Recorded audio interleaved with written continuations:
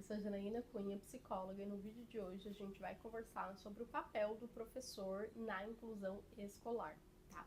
Então eu vou trazer aqui para vocês já. Primeiro a gente tem que pensar e ter clareza de que o professor, ele é um mediador nesse ambiente. O que isso significa? Tanto para crianças típicas, né? Tanto para crianças neuroatípicas, ou seja, crianças que apresentam ali alguma questão, que está dentro de algum transtorno, algum CID, tem algum laudo, algum tipo de encaminhamento, né? Então, a importância do profissional, do professor em si, é justamente conseguir mediar esses dois tipos de formato que pode ser que seja apresentado para ele no ambiente escolar. Então vamos lá, a gente vai centralizar aqui sobre inclusão. Uma das coisas bem relevantes aí para esse profissional, né, para o professor no ambiente escolar, é justamente ele saber ali de estratégias, ele ter técnicas, seja através ali da própria graduação, ou de especializações, ou de outros estudos, né, sobre como ele pode ali estruturar algumas bases de comportamentos dele mesmo, para que ele consiga ter um comportamento mais assertivo, vamos dizer, com as nossas crianças neurotípicas. O que isso significa? Estratégia. Esse profissional é importante de que ele tenha estratégia, de que ele estude, que ele entenda o caso, que ele pergunte ali para a família, que ele consiga, se possível, né, a documentação, vamos dizer, ali do desenvolvimento dessa criança naquele ambiente escolar. Documentar, olha, no dia tal, na verdade já tem esse tipo de estrutura, né? Que é quando o profissional ele preenche ali a agendinha e tudo mais. Mas por que isso é tão importante quando a gente fala de crianças neurotípicas? Porque através daquela informação ali que aquele profissional mencionou, ajuda ali para a família ter uma base, se a criança teve um dia legal, se foi um dia que deu tudo bem, que foi tudo certo, foi um dia que essa criança não apresentou nenhuma crise, não teve nenhum comportamento disruptivo, que essa criança conseguiu se alimentar, que essa criança conseguiu utilizar o banheiro, enfim, né, que de fato aquela criança naquele dia, naquele período, conseguiu ter um dia mais tranquilo possível dentro dos processos ali que essa criança apresenta. Então entra como uma responsabilidade ali desse profissional de ter esse olhar para essa criança nesse tipo de sentido, né? Então esse preenchimento, e quando ele não souber, ele perguntar, ele tentar ir atrás, ele tentar se informar. Então é muito importante nesse sentido. E obviamente, gente, quando a gente fala aí de professor, a gente sabe que é óbvio que deveria ter mais aí acesso. As próprias escolas em si deveriam dar mais direcionamento, cursos, informação, uma certa comunicação para esses profissionais, mas é que de fato é o que essas crianças precisam. Elas precisam que nós adultos que estamos em volta, né, nesse entorno dessa criança, seja na clínica, seja na escola, ou seja, até dentro do próprio ambiente familiar, que nós adultos buscaimos ali conhecimento para que a gente consiga ajudá-la, né, nos momentos que ela precisar da nossa ajuda. Então, é a gente entender um pouquinho sobre os processos de crise dessa criança, entender as limitações, entender os comportamentos. Também entra aí como um papel muito importante do professor no âmbito da inclusão, é fomentar de fato aí esse processo de um ambiente acolhedor para essa criança. Então, conseguir ter algumas estratégias básicas ali para conseguir ter uma comunicação mais assertiva com essa criança, né, que nem eu falei um pouquinho antes, de entender um pouquinho do perfil da criança, porque isso favorece para que o professor consiga ali ter uma proximidade, ter um acolhimento com aquela criança, direcioná-la quando necessário, entender ali de fato quais são as questões emocionais que essa criança precisa e necessita, porque aí assim esse professor consegue dar esse tipo de suporte emocional também, tá? Professor do ambiente da inclusão, né, do ambiente escolar, entra numa questão de colaboração, tanto com a clínica como de fato com a família, como eu sinalizei. Com a família é mais essa conversação ali, seja através de agenda, de preenchimento, ou ali na hora de buscar ou deixar a criança ali na escola. E com a clínica, muitas das vezes, eu tenho uma clínica, né, um spa.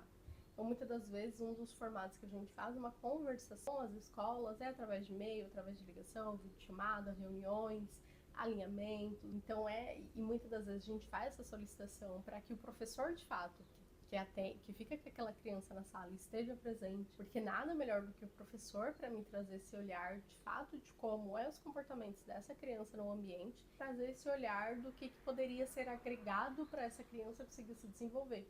né? Porque aí, através dessa informação que esse professor nos dá, a gente consegue fazer um mapeamento também ali e repassar para a família, e a gente conseguir fazer uma construção muito bem elaborada para que a gente consiga fazer implementações objetivas e direcionadas, pensando numa evolução dessa criança, né? Para que a gente consiga trabalhar essas questões no ambiente clínico. Exemplo, se eu estou numa reunião com o professor e ele me sinaliza de que a criança ali na sala de aula com ele apresenta muita dificuldade de permanecer sentadinho na cadeira, sabe? Vou coletar essa informação e dentro do ambiente clínico, a equipe vai trabalhar algumas questões ali com base em estratégias, naquilo que faz sentido para o desenvolvimento daquela criança, para que essa criança consiga apresentar mais tempo sentadinho na cadeira. Então a gente começa esses treininhos na clínica para que isso depois se reflita no ambiente escolar dela, né? E aí, enfim, isso é só um exemplo. Então, existem algumas metodologias que os professores podem utilizar no ambiente escolar, né?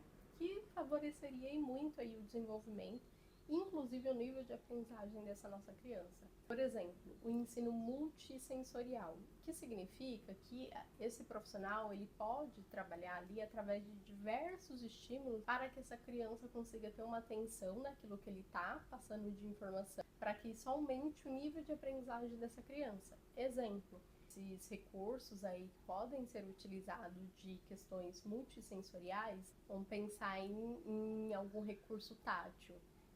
É que eu não tenho aqui agora, mas essas bolinhas de apertar, sabe? Que a gente fala que é anti-estresse. Às vezes a criança ela tem aquele comportamento muito agitado, que a gente fala que são estereotipias. Às vezes, se ela fica nesse processo dela tá apertando essa bolinha, isso ajuda ela a conter um pouco desse comportamento, porque ela tá colocando a energia e direcionando a atenção para elaborar esse movimento, enquanto ela vai estar prestando atenção na orientação que a pro está dando a ela, né?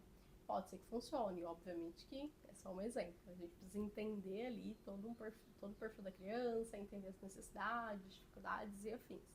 Uma outra metodologia que pode ser utilizada é de uma experiência mais ativa, como se fosse de um movimento. Porque quando a criança está na educação física, ela está se movimentando. Então o professor está dando instruções, joga a bola, pega a bola, corre com a bola, deixa a bola, ele está dando instruções. A gente fala que são instruções, são comandos. E quando eles fazem isso, inclusive com uma criança neurotípica, no momento, nesse tipo de momento, é muito legal, porque isso é um processo que essa criança, ela tá aprendendo.